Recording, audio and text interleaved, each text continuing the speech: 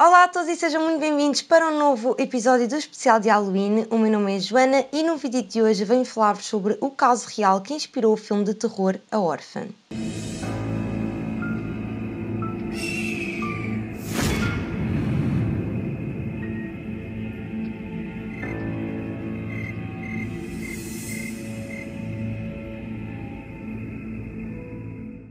Mas antes de começarmos este vídeo, malta, não se esqueçam desde já de subscrever ao canal se não por aqui, deixarem o vosso grande gosto e por fim também, claro, de ativarem as notificações e de me seguirem pelo Instagram para não perderem nenhuma novidade. Estamos então de volta para um novo episódio do especial de Halloween, malta, e essa na verdade é a boa notícia, não é? Porque a má notícia é que este é o último episódio da série. Como disse então no início deste vídeo, trago-vos um caso real que na verdade inspirou um filme de terror que se chama A Órfã. Eu nunca vi esse filme, mas conheço muita gente que já viu. Eu não vejo filmes de terror, portanto, eu sinto que já disse isso algumas vezes durante esta série, mas é verdade, eu não vejo filmes de terror. Quero avisar desde já que este caso é um caso muito perturbador, malta, muito perturbador mesmo. Existe muito para além daquilo que na verdade inspirou o filme e, portanto, eu acho importante dizer isso para quem ainda não conhece o caso, não é? Porque eu confesso que este caso mexeu muito comigo. Mas eu decidi então trazer este caso para o especial de Halloween deste ano. E estou a dizer isto porquê? Estou a dizer isto porque eu sei que existem pessoas mais sensíveis e, enfim, eu acho que qualquer pessoa fica completamente horrorizada com este caso. Portanto, as pessoas mais sensíveis, se calhar, vão ter alguma dificuldade em conhecer este caso, alguma dificuldade em ouvir aquilo que eu vou contar. Portanto, quero deixar esse aviso, está bem? Porque sim, eu não quero que depois vocês venham dizer que têm pesadelos à minha conta. Mas pronto, malta, vamos então começar. Mas antes de começarmos este vídeo, queria só dizer-vos que se ao longo deste vídeo notarem que estou um bocado estranha, sem energia, ou que a minha voz está um bocado estranha, eu estou constipada e, na verdade, estou a gravar este vídeo pela segunda vez. Portanto, eu acho que só por isso eu já merecia um like aí em baixo, não é? Porque eu posso dizer-vos que gravar este vídeo pela segunda vez não é nada agradável, mas pronto, estou pronta para fazer isso, vou repetir, porque o que aconteceu foi que eu gravei este vídeo após ter gravado o vídeo de Amityville, portanto o último vídeo que saiu ontem, não é? E eu deixei-vos lá uma mensagem no vídeo a dizer que a qualidade estava um bocado má, porque a imagem estava muito embaciada e então eu não percebi que isso tinha acontecido. Eu basicamente limpei a lente da câmera com o meu pano dos óculos e não percebi que estava sujo. E então, pronto, conclusão disto tudo, este vídeo que eu já gravei também ficou com uma qualidade um bocado má e eu ontem deixei passar porque não queria deixar-vos sem vídeo. No entanto, decidi então hoje à noite gravar este vídeo para vocês porque aquela qualidade estava mesmo a incomodar-me, eu confesso. Portanto, são neste momento 11h13 da noite e que estou a começar a ficar constipada hoje, portanto, dê-me um desconto. Seja como for, chega então destas conversinhas, não é, malta? E vamos então passar para este vídeo. Tudo começou então quando uma família se mudou para uma casa em Corime e instalou um aparelho para monitorizar o seu bebê recém-nascido. Portanto, aqueles aparelhos, sabem, que nós colocamos, quer dizer, eu nunca coloquei porque não tenho filhos, mas que os pais colocam no quarto dos bebés para ouvir os bebés a acordarem, se estão a chorar, se estão a precisar de alguma coisa, pronto. Então, essa família mudou-se para uma casa em Conim e colocaram esses aparelhos no quarto do seu bebê recém-nascido. Este aparelho estava então ligado a uma televisão e através dessa televisão a família conseguia controlar o seu bebê recém-nascido.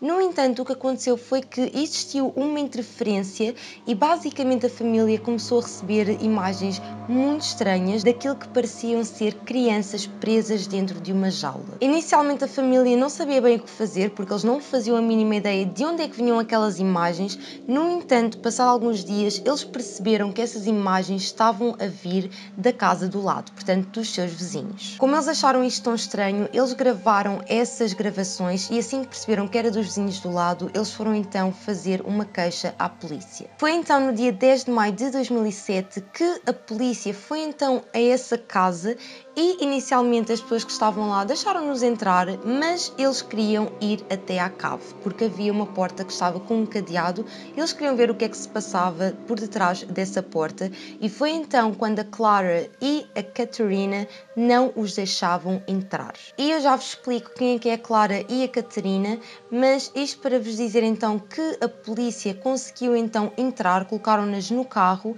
arrombaram a porta e ficaram completamente horrorizados com aquilo que encontraram. Quando a polícia entrou então naquela cave, o cheiro a sangue, a urina e a fezes era completamente insuportável. O chão estava super pegajoso e as paredes estavam cobertas de sangue e de símbolos muito estranhos. E foi então quando eles viram a tal jaula de ferro que tinha aparecido nas filmagens do vizinho e estavam lá duas crianças dentro.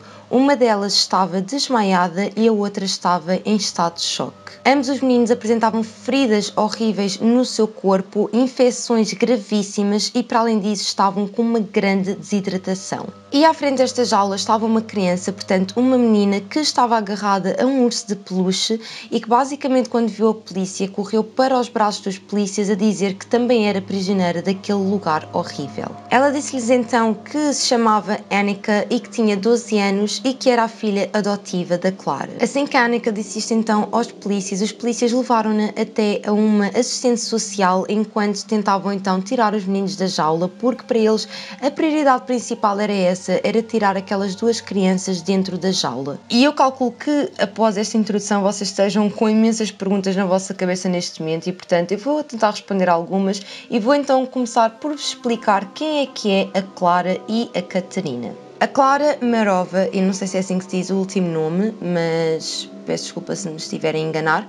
mas a Clara Marova nasceu na cidade de Kurim, na antiga Checoslováquia, em 1975. A Clara, quando era criança, era uma criança bastante problemática, que tinha problemas psicológicos bastante graves até, e ela vivia numa família bastante religiosa, os seus pais eram muito religiosos e, portanto, ela desde pequenina que sempre acreditou que ela estaria destinada a fazer grandes coisas. Ela estava constantemente a dizer que ela estava destinada a cumprir uma missão designada por Deus e que esse seu grande feito iria tornar o seu nome imortal. A Clara tinha então uma irmã que era 7 anos mais nova do que ela, que era então a Catarina. A Catarina também tinha uma personalidade bastante complicada, à semelhança da Carla, e ambas fantasiavam constantemente sobre grandes feitos que iriam conseguir fazer quando chegasse o momento certo. E só para vocês terem uma noção, na altura em que elas eram miúdas, os professores avisaram imensas vezes os seus pais que desconfiavam que a Clara e que a Catarina tinham comportamentos esquizofrénicos.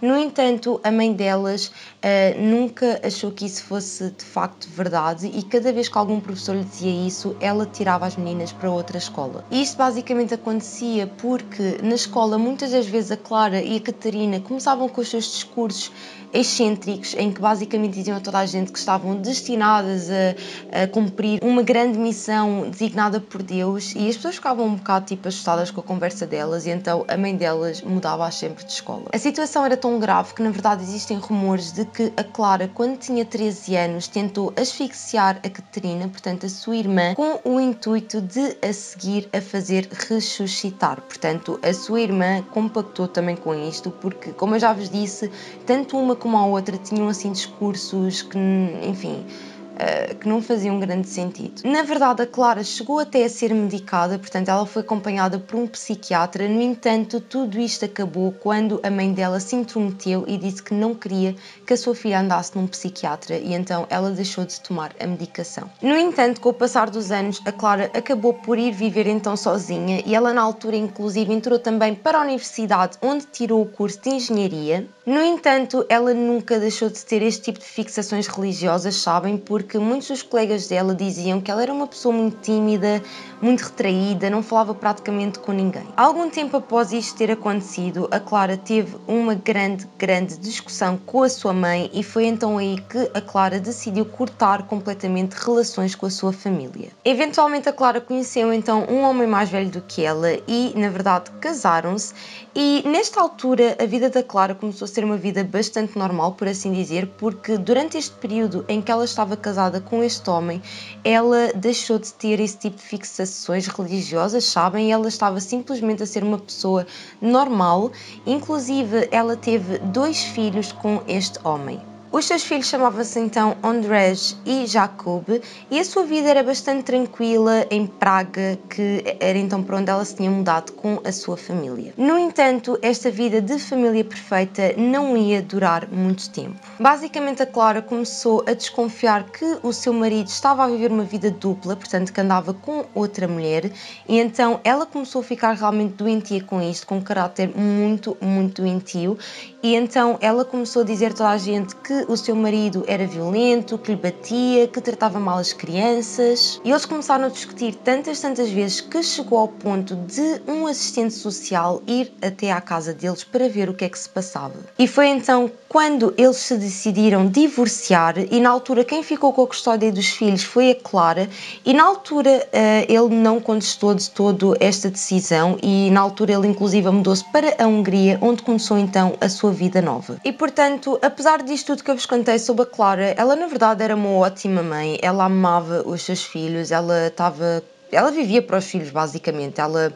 era conhecida como sendo uma mãe muito boa para eles. Eles muitas vezes iam para campos de férias, faziam imensas atividades juntos e, portanto, apesar de todo o passado dela, estão a ver, ela sempre foi uma ótima mãe para os seus filhos. No entanto, nessa época em que ela e o seu marido se divorciaram, ela voltou a apresentar um comportamento estranho. E então, ela basicamente dizia então que o casamento dela a desviou da sua missão. E como o casamento estava então a desviá-la da sua missão, ela resolveu que estava na altura de recomeçar do zero. E foi então nesta altura em que a Clara decidiu que se queria reconciliar com a sua irmã Catarina. A Catarina também não teve exatamente uma vida muito fácil, ela ao longo da vida dela sempre teve altos e baixos, ela andava de instituições em instituições, e já para não falar que muitas vezes também estava a entrar e a sair da cadeia devido à prostituição. E então, basicamente, elas reconciliaram-se e elas tinham herdado uma casa em Corime porque a mãe delas tinha falecido há pouco tempo. Na verdade, esta casa era então a casa onde as duas tinham crescido, não era a casa dos seus pais, e então elas decidiram mudar-se para lá as duas, juntamente com os filhos da Clara, e então começaram os quatro a viver dentro daquela casa. A Catarina, ao longo da sua vida, a entrar e a sair de instituições, ela acabou por conhecer muita gente, como vocês podem imaginar, e ela conheceu uma menina que tinha 12 anos que se chamava Annika. A Annika foi uma criança que sofreu imenso ao longo da sua vida e ela andava em instituições porque ela tinha sofrido abuso sexual, ela tinha sido vítima de tráfico de crianças, tráfico, enfim, ela passou por coisas horríveis.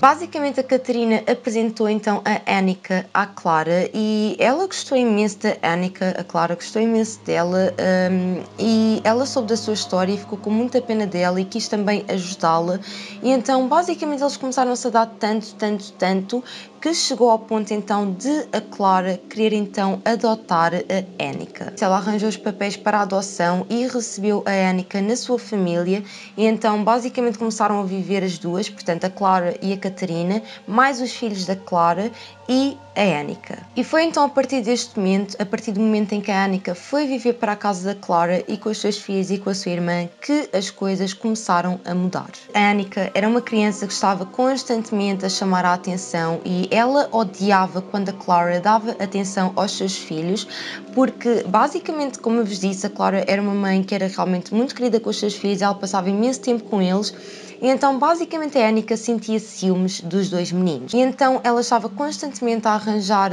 confusões, dizia que os miúdos faziam isto, faziam aquilo. Imagina, ela partia um copo e diziam que quem tinha partido o copo tinham sido eles os dois, para de alguma forma conseguir que a Clara se começasse a virar contra os seus filhos e começasse a dar mais atenção a ela. No entanto, malta, nem tudo é aquilo que parece, e na verdade a Annika, que tinha 12 anos, na verdade chamava-se Barbara e tinha 33 anos. A Barbara sofria de uma doença muito rara glandular, em que basicamente a sua aparência era a aparência de uma criança de 12 anos, e então ela ao longo da sua vida estava constantemente a tirar proveito dessa doença. Ela acabava por usar sempre esta doença como uma escapatória para as coisas que ela fazia, em termos legais, por exemplo. Imaginem, ela cometia algum crime e ela conseguia safar-se porque usava a identidade de uma criança. E então ela na verdade era uma sociopata e ela já tinha sido internada várias vezes em hospitais psiquiátricos. No entanto, ela conseguia sempre fugir de alguma forma. E neste momento vocês devem estar a perguntar, ok, tudo bem, e a Catarina sabia? E a verdade é que sim, a Catarina sabia de tudo. A Catarina conheceu a Bárbara num desses hospitais psiquiátricos e basicamente elas ficaram super amigas e, como eu já vos tinha dito, a Catarina também tinha uma personalidade bastante complicada. Ela também era uma pessoa que sofria de doenças mentais, não é? E quando ela conheceu a Bárbara, para ela fez tudo imenso sentido, porque basicamente a Bárbara apresentou-a a um culto. E eu já vou falar sobre isso um bocadinho mais à frente. A Clara, no entanto, não sabia disto. Ela, quando recebeu a Annika na sua casa, ela achava realmente que a Annika era uma criança de 12 anos. No entanto, ela começou a perceber que, calma lá, se calhar não é bem assim. Mas o que é que aconteceu? A Bárbara tinha uma personalidade muito violenta e era uma mulher muito convincente, e então, pelo que vocês já conseguiram perceber daquilo que eu já vos disse, não é? A Clara era uma mulher que era muito facilmente manipulada e muito facilmente influenciada. Ela basicamente queria sentir a necessidade de pertencer a alguma coisa. E a Bárbara sentiu de facto esta fraqueza da Clara e aproveitou-se disso totalmente.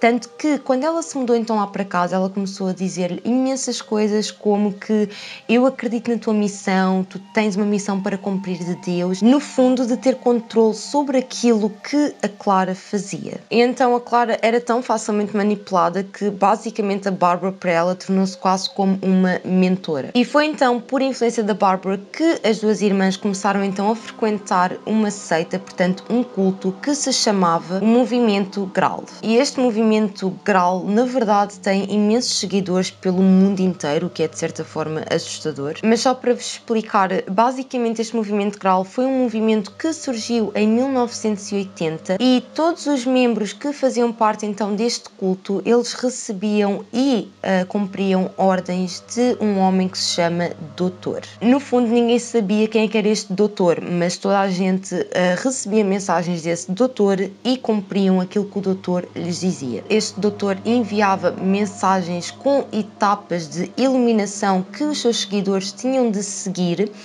E no fundo era isso, ele ia mandando mensagens e as pessoas iam subindo esses patamares. E no fundo cada patamar provavam a lealdade que as pessoas tinham para com o Doutor e para com a sua missão no mundo. Então, no fundo, este movimento apoiava coisas horríveis, como por exemplo o abuso sexual, a escravidão, o maltrato infantil e no fundo qualquer coisa que fosse libertadora, no sentido de que as pessoas podiam fazer aquilo que quisessem.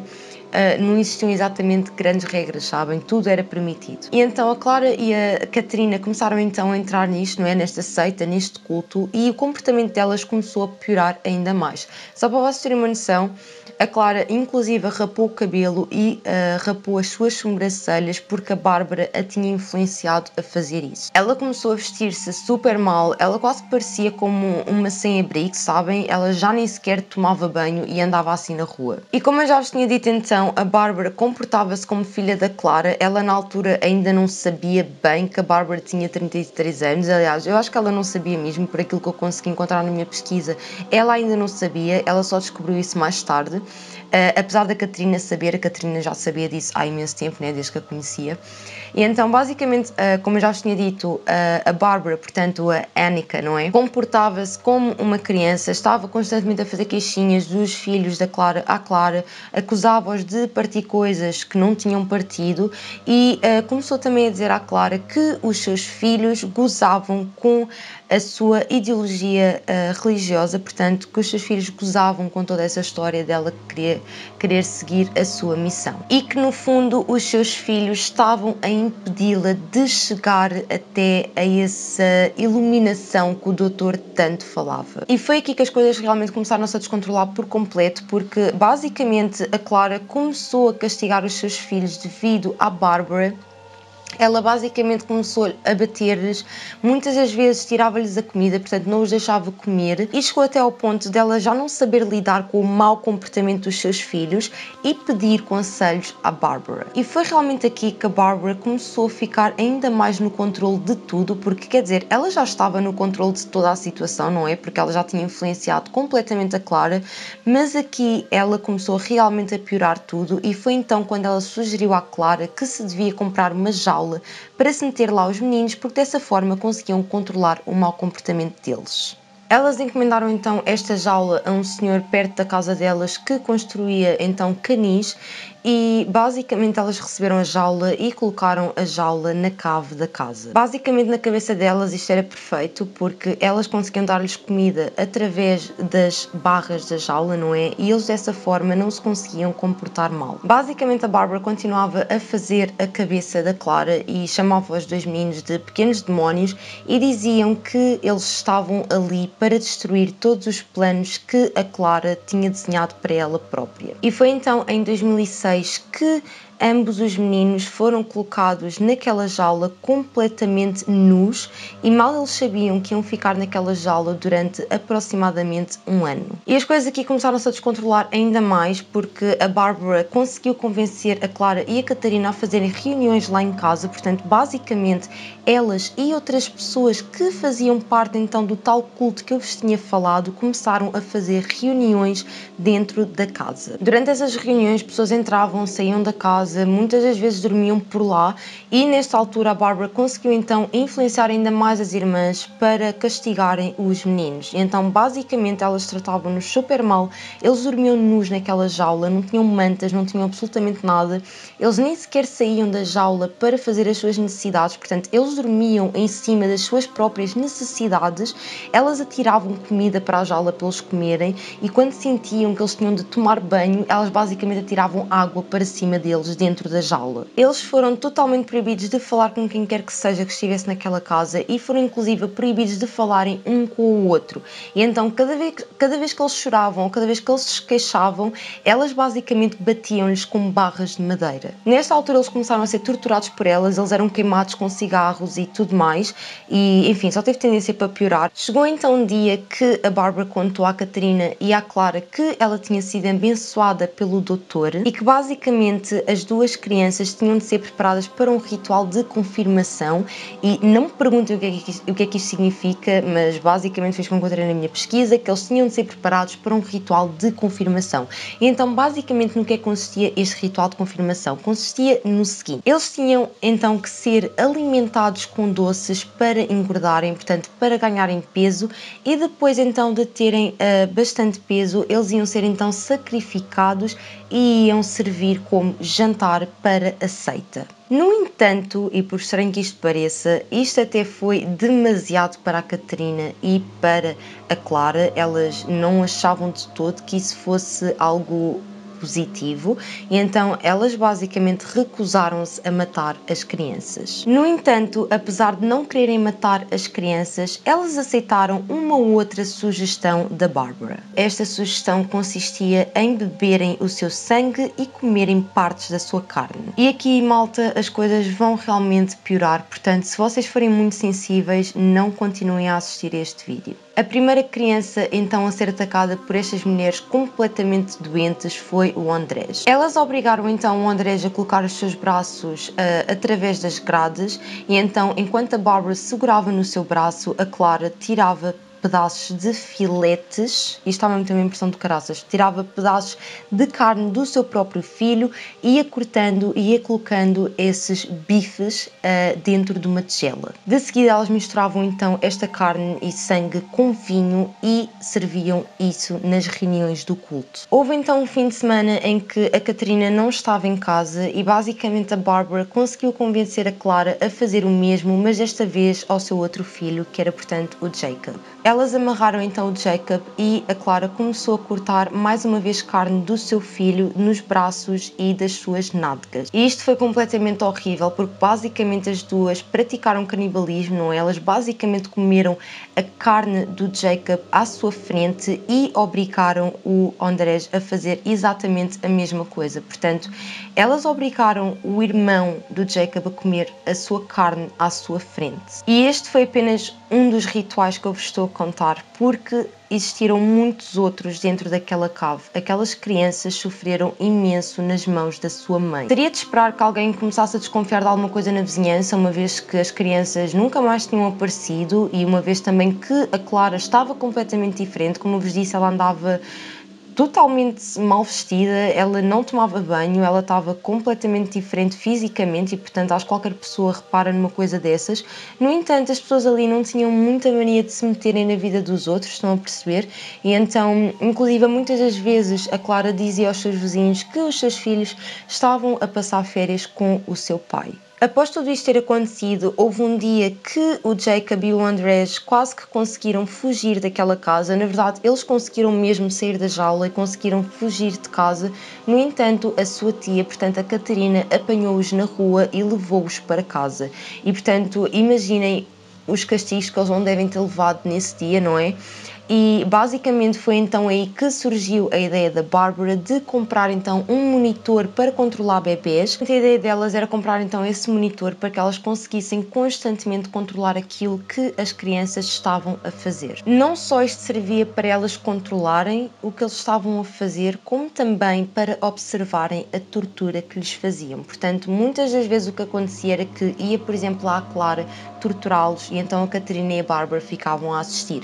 Ou então o contrário, porque elas iam alternando, estão a ver? E foi então devido a esta decisão da Bárbara e graças a Deus que pelo menos tomou uma decisão que ajudou estas crianças, não é? Porque foi devido a esta decisão que o vizinho do lado começou então a receber imagens daquela cave. Porque o que aconteceu foi que, como eu vos disse no início deste vídeo, esse vizinho tinha um aparelho também igual para controlar o seu bebê recém-nascido e basicamente os aparelhos começaram a fazer uma interferência e ele começou a receber imagens da jaula onde estava o Jacob e o Andrés. E eu não vou repetir o que eu já vos disse no início deste vídeo, mas foi então nesta altura que aconteceu tudo aquilo que eu já vos disse e que a polícia chegou ao local do crime. No entanto, uma coisa que eu não vos contei foi que como eu vos tinha dito, a Bárbara, que era a Annika, não é? Ela estava à frente da jaula com um urso de peluche. A polícia levou a Annika, portanto a Bárbara, não é? Para uma assistente social. No entanto, a polícia estava tão preocupada em tirar dali aquelas duas crianças que basicamente a Bárbara conseguiu fugir. Na altura então, quando encontraram as crianças, elas foram imediatamente hospitalizadas. Como eu vos estava a dizer, um deles estava desmaiado e o outro estava em estado de choque. E pelo menos a boa notícia no meio deste caso todo é que atualmente tanto um como o outro se encontram bem. Eles, quando foram então hospitalizados, eles receberam também tratamento, não apenas tratamento normal para as feridas que eles tinham, não é? Mas também tratamento psicológico devido a tudo aquilo que eles tinham passado.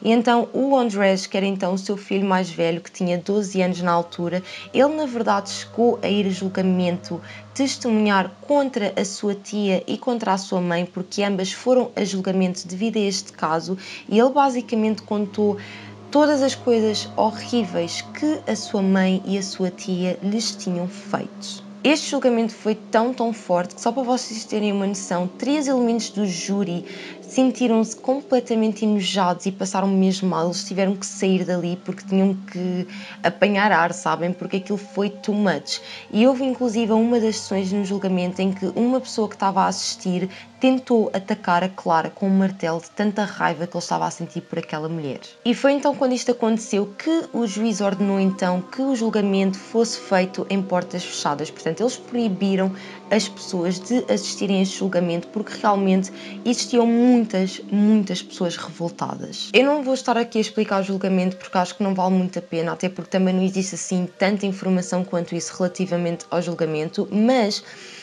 Uma coisa que eu acho que é o mais importante realçar aqui é que claramente toda a gente percebeu o que é que elas tinham feito àquelas crianças, não é? E na altura o advogado da Catarina e da Clara disse em julgamento que a verdadeira culpada por aquele grande crime era a Barbara e não as suas clientes, porque tanto uma como a outra tinham sido altamente influenciadas pela Barbara e elas tinham problemas mentais e por isso eram pessoas muito facilmente influenciadas. O que me leva então a falar agora sobre a Barbara, porque eu calculo que grande parte de vocês desse lado estejam a perguntar neste momento, ok, mas o que é que aconteceu à Barbara? Para onde é que ela fugiu? A Barbara conseguiu então fugir da República Checa e ficou durante algum tempo na Alemanha, na casa de algumas pessoas que ela conhecia. Da Alemanha então ela conseguiu fugir para a Noruega e quando ela foi para a Noruega ela assumiu mais uma vez uma identidade falsa, só que desta vez ela, em vez de ser uma menina que tinha 12 anos, ela era um rapaz. Esta identidade então que a Barbara adotou, não é? Era a identidade de um rapaz que tinha 13 anos e que se chamava Adam.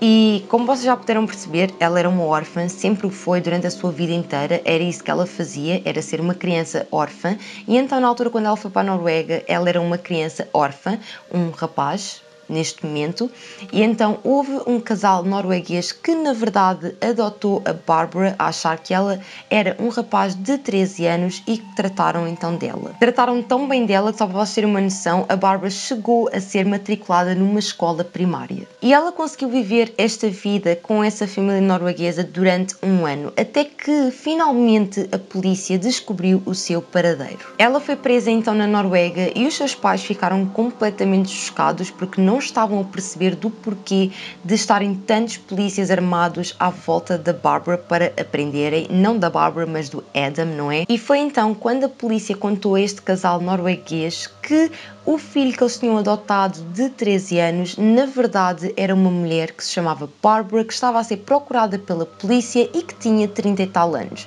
E como vocês devem estar a imaginar, este casal ficou completamente em choque. Foi então nesta altura em que eles conseguiram descobrir onde estava a Barbara, que ela foi extraditada então para a República Checa e foi julgada juntamente com a Clara e com a Catarina. E foi então em março de 2009 que saiu o veredito. A Clara foi então condenada a 9 anos de prisão numa instituição psiquiátrica, a sua irmã Catarina recebeu 8 anos também numa instituição psiquiátrica e a Barbara, na verdade, não chegou a ser condenada à prisão, mas foi colocada novamente numa instituição para criminosos com doenças mentais. E então, imaginem a quantidade de pessoas, imaginem também aquelas crianças quando souberam este veredito.